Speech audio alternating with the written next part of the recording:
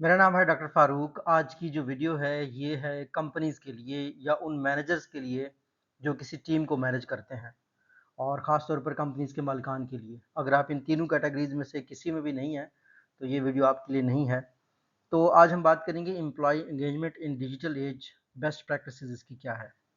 Employees को engage करना क्यों ज़रूरी है? अगर एम्प्लॉइज़ एंगेज नहीं होते, आपकी ऑब्वियसली प्रोडक्टिविटी कम होती है ऑर्गेनाइज़ेशन की, और लॉन्ग रन में अगर वो आपके साथ स्टे नहीं करते, तो आपने नए बंदे ढूँढने हैं जिनकी ट्रेनिंग होगी, और उसमें आपके कस्टमर भी सफ़र करेंगे, आपकी कंपनी भी सफ़र करेगी। तो कोई भी कंपनी एम्प्लॉइज़ को जो है ना बगैर एंगेज्ड एम्प्लॉइज़ के साथ आगे नहीं जा सकती। ये चीज़ हमारे लिए बहुत ज़रूरी है, इस वजह से इस पे आज मैं बात करूँगा।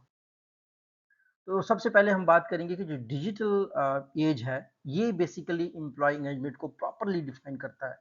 बहुत ज़्यादा बातें हुई थी पुराने ज़माने में कि एम्प्लॉइज़ को एंगेज रखा जाए, एम्प्लॉइज़ का ख्याल किया जाए, उनको आप अपने जो है ना लूप में लें, कोई भी आपकी स्ट्रैटेजी हो। लेकिन इसकी जो प्रॉपर जो चीज़ हमें समझ आती है वो ये है कि वो डिजिटल एज में हुई है। मैं आपको छोटी सी मिसाल देता हूँ कि अगर एक कंपनी है, उसका विजन है, मिशन है, स्ट्रैटेजी है, उसकी हिस्ट्री है, तो वो पुराने ज़माने में पॉसिबल इस सेंस में भी नहीं था कि आप कितने प्रिंट्स लेते। अब जिस तरह फोर्ड्स जैसी कंपनीज हो गई या और टेलीकॉम की बड़ी कंपनियां हैं, तो इनके 10-20 हज़ार एम्प्लॉयज़ होते हैं। अगर 10-20 हज़ार एम्प्लॉयज़ को आप किस तरीके से एक बुकलेट डिफाइन करते हैं, कोई भी सर्कुलर के लिए आप एक नोटिस बोर्ड कहीं पे लगा देते, तो बड़ा टफ होता। अगर लोग फिजिकली एक सर्टन जगह पे नहीं जाते, मैसेजेस में कम्युनिकेशन बहुत मुश्किल होता था। और एक कम्युनिकेशन का टूल होते थी एटीएल और बीटीएल, हम उसको बोलते हैं, यानी ओवर द टॉप जो आपके पास मीडियम्स हैं, जिस तरीके से टेलीविज़न है, तो वहाँ एम्प्लॉइज़ को एंगेज करना बहुत मुश्किल था। लेकिन डिजिटल एज में बड़ा आसान है, आप किसी को ईमेल भेज सकते हैं, व्हाट्सएप ग्रुप्स आप बना सकते हैं, आप अपनी कंपनी के ऑफ़िशियल पेज पे कुछ कर सकते हैं, तो आप रियल टाइम में कर सकते हैं और सबको एक ही वक़्त में मैसेज डिलीवर होगा। तो it was not possible before digital age. तो अगर हम एम्प्लॉयी एंगेजमेंट की प्रॉपर बात करें, that started in with the digital age. Digital age ने प्रॉपर्ली डिफाइन किया है कि एम्प्लॉइज़ को कैसे एंगेज किया जाए। तो जो ट्रेडिशनल मेथड्स हैं obviously they know longer works. और जितनी भी बड़ी मल्टीनेशनल्स हैं, मैंने खुद इस फॉर्चून 500 की टॉप कंपनीज में काम किया है। So there are no notes boards these days. If there is anything that is employ dashboard, वहाँ से आपको अपडेट्स मिलते हैं। तो ट्रेडिशनल मेथड्स आपके काम नहीं करने वाले। छोटी सी कोई मैन्युफैक्चरिंग की कंपनी में अगर आप नोट्स बोर्ड लगाते हैं मजदूरों के लिए, वो तो वैलिड है, लेकिन अगर आप एक अच्छी कंपनी को रन कर रहे हैं, दैट्स नो मोर वैलिड। उसके बाद आते हैं कि जो बेस्ट प्रैक्टिसेस हैं वो इसमें हम एक्सप्लोर करेंगे इस लेक्चर में। होपफुली काफ़ी सारे लोगों को इसका फ़ायदा होगा। अगर आप फर्दर इस चीज़ के हवाले से ट्रेनिंग कर लेना चाहते हैं या अपनी ऑर्गेनाइजेशन में इम्प्लीमेंट करवाना चाहते हैं, तो फॉर मलेशियन पीपल और for Pakistani people, Pakistani companies, I am available for further trainings.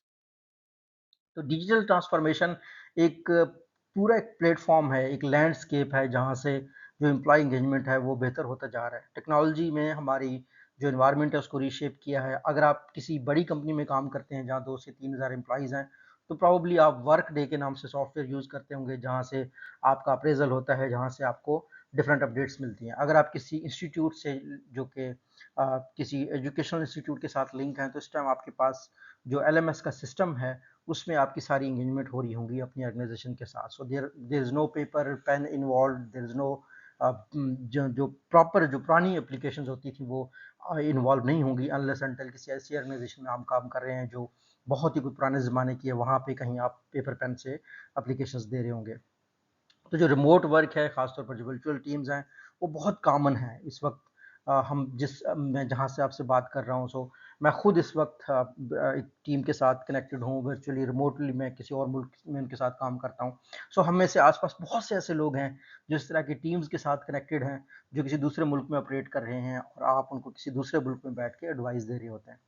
सो इस तरह की सिचुएशंस को रखते हुए आपको पता है कि कंपनीज को एंगेजमेंट के लिए एम्प्लॉयज़ को अडैप्टिव स्ट्रेटजीज चाहिए। सो वो दौर ख़त्म हो गया कि आप ये कहें कि आप डाइवर्स ग्रुप्स को ना एक्सेप्ट करें। आप कोई भी मैसेज करते हुए हमेशा इस चीज़ का ख्याल रखेंगे कि आपके पास डाइवर्स ग्रुप्स होंगे। आप हर एक की रिलीजन का रिस्पेक्ट करेंगे, हर एक की वैल्यूज़ का रिस्पेक्ट करेंगे। फॉर इंस्टेंस मैं जिस कंपनी में इन्वॉल्व हूँ, वहाँ पे आप देयर इज़ पॉसिबिलिटी हर रिलीजन के लोग होंगे, डिफरेंट नेशनैलिटीज़ के लोग होंगे। सो अगर हम रिमोटली अगर हमसे कुछ कम्युनिकेट किया जा रहा है, they take care of core things जो कि हर जगह पे एक्सेप्टेबल हैं। For instance good morning, good evening, good afternoon, अब ये चीज़ें अगर आप कर रहे होंगे, फॉर इंस्टेंस अगर मेरा कुलीग है वो अमेरिका में बैठा हुआ है और अगर मैं मलेशिया में बैठा हूँ या पाकिस्तान में बैठा हूँ, किसी दूसरे मुल्क में बैठा हूँ, तो हमारे लिए हर किसी के लिए गुड मॉर्निंग का मीनिंग डिफरेंट होता है। So there are certain greetings जो कि आपने ग्रीटिंग्स ऑफ द डे के नाम से आप ऐसा कुछ करके एम्प्लॉइज़ को एंगेज कर सकते हैं, या डियर एम्प्लॉइज़ लिख सकते हैं। प्रॉब्ली आप इस चीज़ को टाइम को मेंशन नहीं करना पसंद करेंगे अगर आपकी इस तरह की टीम है। सो ये चीज़ें होती हैं डिजिटल लैंडस्केप में, क्योंकि जब आप भी मैसेज करेंगे वो रियल टाइम पे लोगों को सेंड होंगी। तो इन चीज़ों का आपने ज़्यादा ख्याल रखना है कि आपके पास कितने डाइवर्स ग्रुप्स हैं। अच्छा, एम्प्लॉयी एंगेजमेंट की इस चीज़ पे मेरा पिछला भी लेक्चर मौजूद है, ख़ास तौर पर जो ह्यूमन रिसोर्स मैनेजर्स हैं उनके लिए, कि उन एम्प्लॉयी अगर आपका एंगेज है तो उसकी प्रोडक्टिविटी अच्छी होगी, यानी वो आपके साथ रिटेंशन उसकी होगी, वो लॉन्ग टर्म आपके साथ स्टे करेगा। और अगर कोई बंदा स्टे कर लेता है, वही ऑर्गेनाइजेशन को समझ पाता है, वही बेहतर तौर पर सजेशंस देकर ऑर्गेनाइजेशन को इम्प्रूव कर सकता है। एम्प्लॉइज़ अगर आपके एंगेज्ड हैं तो वो आपको आपके ब्रांड को प्रमोट करेंगे लोगों में। अगर वो एंगेज नहीं होंगे, वो बुरी बातें करेंगे, तो चांसेस है नए एम्प्लॉई नहीं आएँगे। और अगर एम्प्लॉई खुश नहीं है तो आपके जो कस्टमर्स हैं उनको डेफिनिटली वो खुश नहीं कर सकता। तो अल्टीमेटली आपकी ऑर्गेनाइजेशन सफ़र करती है। तो अगर एक एंगेज्ड एम्प्लॉई है, उसका दूसरा फ़ायदा ये होता है कि वो कंपनी में पॉजिटिव इम्पैक्ट करता है। सो यही यही रीज़न है कि एम्प्लॉई एंगेजमेंट इंतहाई इम्पॉर्टेंट है। अब अगर बेस्ट प्रैक्टिसेस की बात करें, जो कि हमारा कोर गोल है, बेस्ट प्रैक्टिसेस में कंपनीज आजकल क्या कर रही हैं, डिजिटल जितनी भी कम्युनिकेशन टूल्स हैं उनका यूज़ कर रही हैं। सो सबसे पहली चीज़ तो ये होती है कि डिजिटल कम्युनिकेशन में जो भी आप मैसेज भेजते हैं सबको रियल टाइम पे जाता है। वीडियो कॉन्फ्रेंसिंग बहुत आम है और डिफरेंट एप्लीकेशंस कंपनीज ने अपनी बनाई हुई होती है। अगर अपनी नहीं भी बनाई होती तो व्हाट्सएप सबके लिए है, ठीक है। इससे रियल टाइम कम्युनिकेशन होती है। So digital communication is the core thing. अगर आपने कोई पॉलिसी बनाई है तो उसकी जो सॉफ्ट कॉपी है वो आप एम्प्लॉइज़ के साथ ग्रुप में शेयर करें।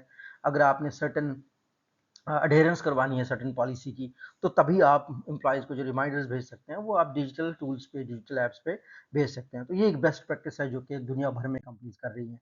दूसरी चीज़ ये है कि फ्लेक्सिबल वर्किंग आवर्स एम्प्लॉइज़ के लिए कंपनीज रख रही हैं आजकल। डिफरेंट आपके पास या तो ये हो सकता है कि एक बहुत ही पुराना कोट है ह्यूमन रिसोर्स मैनेजमेंट का, लोग कहते हैं कि if you pay them the peanuts you will have the monkeys. अगर आप मूँगफलियाँ देंगे लोगों को, इतनी मतलब कम तनख्वाह देंगे, तो ऑब्वियसली आप मंकीज़ यानी आप बंदर ही रखेंगे आप अपने पास। सो अगर आप एक बहुत ही काबिल बंदे को रखते हैं तो उसकी और भी कमिटमेंट्स होंगी। प्रोबेबली कुछ इस तरह के भी एम्प्लॉइज़ कंपनीज़ के पास हैं जो खुद कहीं अपना बिज़नेस कर रहे हैं। ऐसे भी लोग हैं जो खुद सेल्फ सफिशिएंट हैं, सेल्फ एम्प्लॉयड हैं, बट स्टिल वो कंपनीज को एडवाइस करते हैं। आजकल इन्फ्लुएंसर्स भी कंपनीज के साथ काम करते हैं। सो लोगों के पास फ्लेक्सिबल टाइम्स होते हैं और उसके लिए कंपनीज को तैयार रहना चाहिए कि उनका ऐसा मॉडल हो जो हाइब्रिड हो, ठीक है। लेट्स से अगर मैंने किसी इंस्टीट्यूट को पढ़ाना है, वो मलेशिया में है और मैं खुद पाकिस्तान में हूँ, तो मेरा जो इंस्टीट्यूट है उसके लिए कंपलसरी है कि वो इस चीज़ को इनकॉर्पोरेट करे कि रिमोटली टीचर पढ़ा सकता है through zoom and other channels. दूसरी चीज़ ये है कि अभी जो ज़माना गुज़र गया कि आप एक बंदे की निटी-ग्रिटीज़ का ख़्याल रखो, कहाँ जाता है, क्या कर रहा है। आपको हमेशा एक टास्क से कंसर्न होना चाहिए। आपको किसी को आप बताएँ कि आउटकम क्या है at the end of the day. अगर आप सेल किसी बंदे से इंक्रीज़ करवानी है, तो आप उससे कहेंगे मुझे सेल इतने परसेंट से इतने परसेंट चाहिए। तो ना कि आप उसको ये तंग करें कि आपने सेल इस तरीके से नहीं करनी है, उस तरीके से करनी है। सो आपको at the end of the day outcome पे ज़्यादा फ़ोकस करना पड़ता है, अगर आपने एम्प्लॉइज़ को एंगेज करना है। और ऑब्वियसली उनकी फैमिली का ख्याल रखना है। और ख़ास तौर पर ये डिजिटल एज में छोटी-छोटी कंपनियों से यही गलती हो जाती है कि वो एम्प्लॉइज़ को गुलाम समझ लेते हैं और उनकी ज़िंदगी की कोई भी बैलेंस लाइफ़ का नहीं रहता। और at the end of the day इस सब का नुकसान कंपनी को होता है, एम्प्लॉइज़ को कोई नुकसान नहीं होता। आज वो इस कंपनी में काम करते हैं, कल वो दूसरी कंपनी में जॉब ढूँढते हैं। स्किल्ड लोग कभी भी उन उनके साथ आप कभी भी ज़्यादती नहीं कर सकते। अगर उनकी वर्क लाइफ बैलेंस ख़राब हो रही होगी, वो किसी और कंपनी में मूव कर जाएँगे और आपके पास सारे वही मंकीज़ रह जाएँगे जिनको आप पीनट्स पे कर रहे हैं। सो ये है फ्लेक्सिबल वर्क एंगेजमेंट। अगर आप एंगेज्ड आपको एम्प्लॉइज़ चाहिए, अगर आपको काबिल एम्प्लॉइज़ चाहिए जो अपनी राय सामने रखते हैं, जो इनोवेटिव हों, जो बेहतर तौर पर काम करना जानते हैं। तीसरी चीज़ क्या होती है कि आपने एम्प्लॉइज़ को लर्निंग अपॉर्च्युनिटीज़ देनी है। अब वो ज़माना चला गया कि एक कंपनी में 20-20 साल से एक बंदा काम करेगा। न्यू लोग हैं, नए नौजवान हैं, वो चाहते हैं कि उनकी ट्रेनिंग हो, उनकी डेवलपमेंट के प्रोग्राम हों, उनके पास सर्टिफ़िकेट्स ज़्यादा हों। दूसरी चीज़ वो चाहते हैं कि उनकी स्किल्स भी बेहतर होती रहें, उनका ग्रोथ होता रहे।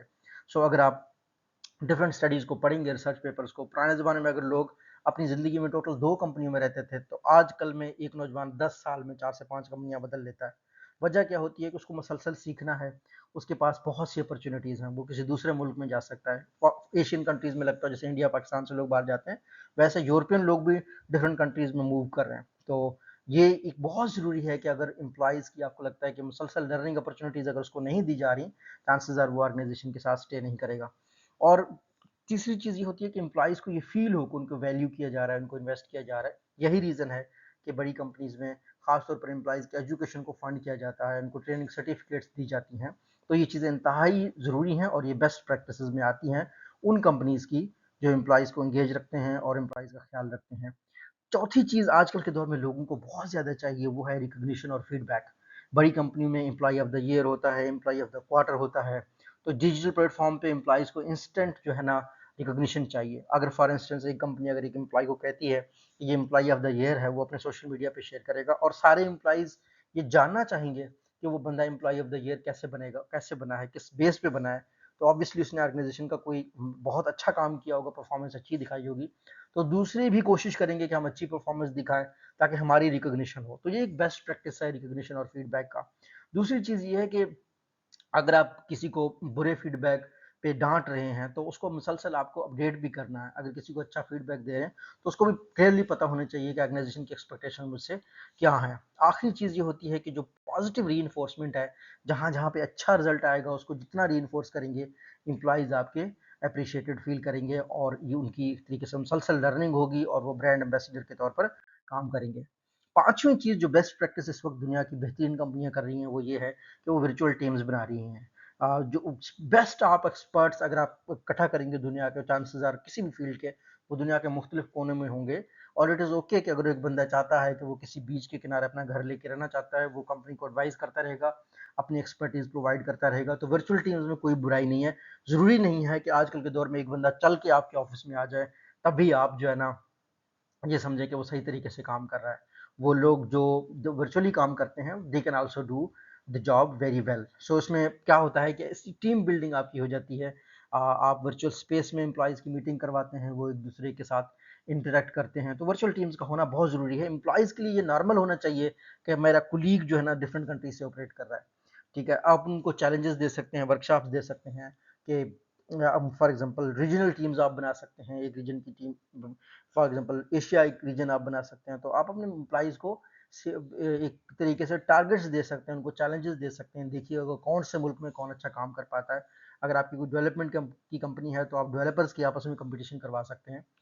इसी तरीके से जो इंटरपर्सनल कनेक्शंस हैं वो आपने बड़ी स्ट्रांग बनानी है अपनी टीम की। अगर एम्प्लॉयज़ की वो अच्छी होंगी, एक दूसरे के फैमिलीज़ को वो जानते होंगे, तो चांसेस आर कि वो बेहतर तौर पर काम करेंगे और कंपनी को ज़्यादा फ़ायदा देंगे। अब ज़रूरी नहीं है हर चीज़ जो हमने डिस्कस की है उसकी ऑब्वियसली उसमें कुछ चैलेंजेस होंगे। These things are not as easy as it seems as I explained.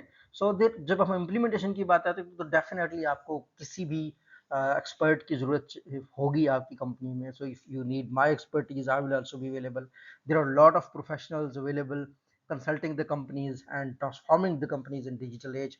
सो जो सबसे बड़ा आपके लिए चैलेंज है वो क्या है, वो ये है कि फेस टू फेस इंटरेक्शन अगर एम्प्लॉइज़ के नहीं होते तो वो बॉन्डिंग नहीं होती जो कि लेट्स से आपके कलीग्स की आपस में बैठ के हो रही है। तो आप बहुत सी कंपनियां ये भी करती हैं कि एम्प्लॉइज़ को कुछ अरसे के लिए अपने डिफरेंट कंट्रीज़ के एम्प्लॉइज़ को साल में एक दफ़ा अच्छे एम्प्लॉइज़ को मिलवाते हैं फेस टू फेस, ताकि जो उनकी इंटरेक्शन है वो और मजबूत हो।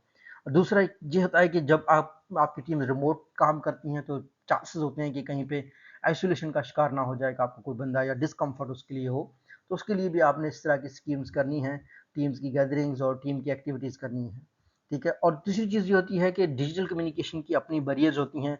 अब अगर आप ये वीडियो देख रहे हैं तो ये ट्रेनिंग डिफरेंट कंटेक्स्ट में मैं रिकॉर्ड कर रहा हूँ और जब ये आपके पास आएगी तो ये और डिफरेंट कंटेक्स्ट में हो जाएगी। तो इस चीज़ का आपने ख्याल करना है अगर आप एम्प्लॉइज़ को लॉन्ग टर्म में एंगेज कर रहे हैं।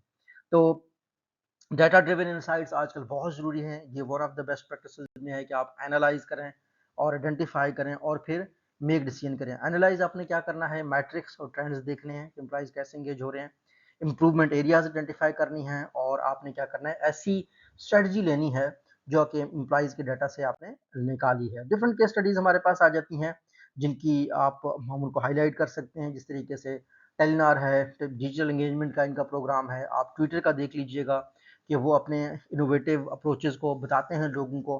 खासतौर पर इलॉन मस्क जब गए हुए थे अपनी ट्विटर की टीम के साथ मिलने के लिए, डेवलपमेंट कर रहे थे, तो रात को उन्होंने तस्वीर शेयर कर दी कि ये हमारी टीम साथ में काम कर रही है। तो आप सब ने मिलके साथ में कामयाबियों से सीखना है। जैसा कि अमेज़न के सीईओ जेफ बेज़ोस कहते हैं कि हमने जब बुक्स लॉन्च की है तो उस लर्निंग को हमने फिर म्यूज़िक में डाला, और किसी और कैटेगरी में जब हमने चीज़ें लॉन्च की तो उस कैटेगरी में भी हमने क्या किया, अपनी पुरानी लेसन्स को हमने इनकॉर्पोरेट किया। तो ये हमारे पास टॉप केस स्टडीज़ थे जो मैं आपके साथ रखना चाहता था। फ्यूचर ट्रेंड्स में क्या होगा? फ्यूचर में ये होगा कि AI driven personalised experiences employees के लिए होंगी। जिस बंदे को जो इन्फॉर्मेशन चाहिए वो उनको पर्सनलाइज़ किस्म की मिलेगी। जो वर्चुअल रियलिटी है, ट्रेनिंग है, ऑनबोर्डिंग है, ये रियलिटी बन जाएँगी कि एक दूसरे मुल्क में बैठा बंदा ऐसा फ़ील करेगा जैसे वो कंपनी में बैठा काम कर रहा है। और टेक्नोलॉजी के जो अरेंजमेंट्स हैं वो डेफिनेटली रीशेप करेंगे, खासतौर पर जो ऑगमेंटेड रियलिटी है, वर्चुअल रियलिटी है, वो भी चीज़ों को मजीद बेहतर करेंगे कमिंग डेज में। इस टॉपिक को कंक्लूड करते हुए, एम्प्लॉय एंगेजमेंट डिजिटल एरा में बहुत ज़रूरी है, इसके अलावा आपके पास कोई ऑप्शन नहीं है। और टेक्नोलॉजीज़ को ह्यूमन सेंट्रिक अप्रोचेस के साथ आपने यूज़ करना है, बेस्ट प्रैक्टिसेस आपने प्रमोट करनी है ऑफिस एनवायरनमेंट में, ताकि एम्प्लॉइज़ एंगेज्ड फील करें। अगर आपको कोई और क्वेश्चन हो तो आप मेरे साथ कॉन्टैक्ट कर सकते हैं। अल्लाह हाफ़िज़।